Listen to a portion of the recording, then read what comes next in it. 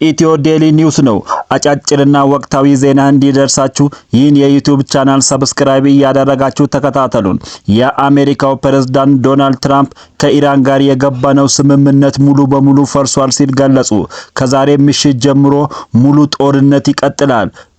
በኢራን ላይ ከባድ ጥቃት እንወስዳለን ብለዋል። ኢራንም በበኩሏ እየጠበቅኩኝ ነው በፍጥነት ኑ ስትል ለጥቃቱ ዝግጁ መሆኗን ገልጻለች። በተጨማሪም የገልፍ አገራት በምንም ሁኔታ ከእስራኤል እና ከአሜሪካ ብትተባበሩ አጸፋው የከፋ ይሆናል አገራት ማስጠንቀቂያ ሰጥታለች።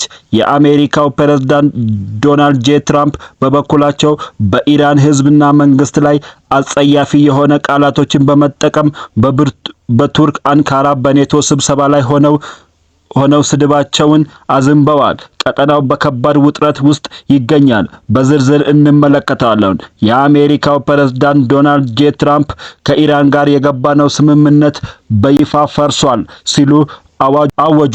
ጦርነቱም ዛሬ ምሽት በይፋ ይጀምራል ሲሉ ገልጸዋል። በሰሜን አትላንቲክ ጦር ቃል ኪዳን ድርጅት ኔቶ ስብሰባን ለመታደም ቱርክ አንካራ የሚገኙት የአሜሪካው ፕሬዝዳንት ዶናልድ ትራምፕ ለጋዜጠኞች በቀረበላቸው ጥያቄ ከኢራን ጋር የገባነው የጦር አቁም ስምምነት ሙሉ በሙሉ ፈርሷል፣ የኢራን መንግስትና ህዝብ ዝቃጭና ታማሚ ህዝቦች ብሎ ጠርቷቸዋል። የኒውክሌር መሳሪያ በእጃቸው ቢኖር ምንም ሳያስቡ ይጠቀሙታል ሲሉ ትራምፕ ገልጸዋል። ከኢራን ጋር ያለንን ሁሉ ነገር ዘግተነዋል። ሙሉ ነገር በጦርነት ሜዳ ይፈታል። የዛሬ ማታ ጥቃት ማስጠንቀቂያ ነው። ከዚህ በኋላ የሚወሰደው ጥቃት ኢራንን ድምጥማጥ የሚያጠፋ በኢራን በተለያዩ ከተሞች ከባድ የሆነ መሰረታዊ ልማት ጥቃት እንደሚጠብቃትና ከወትሮም የከፋ ይሆናል።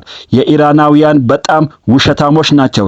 they are liars ውሸታሞች ናቸው ብለው ገልጸዋል።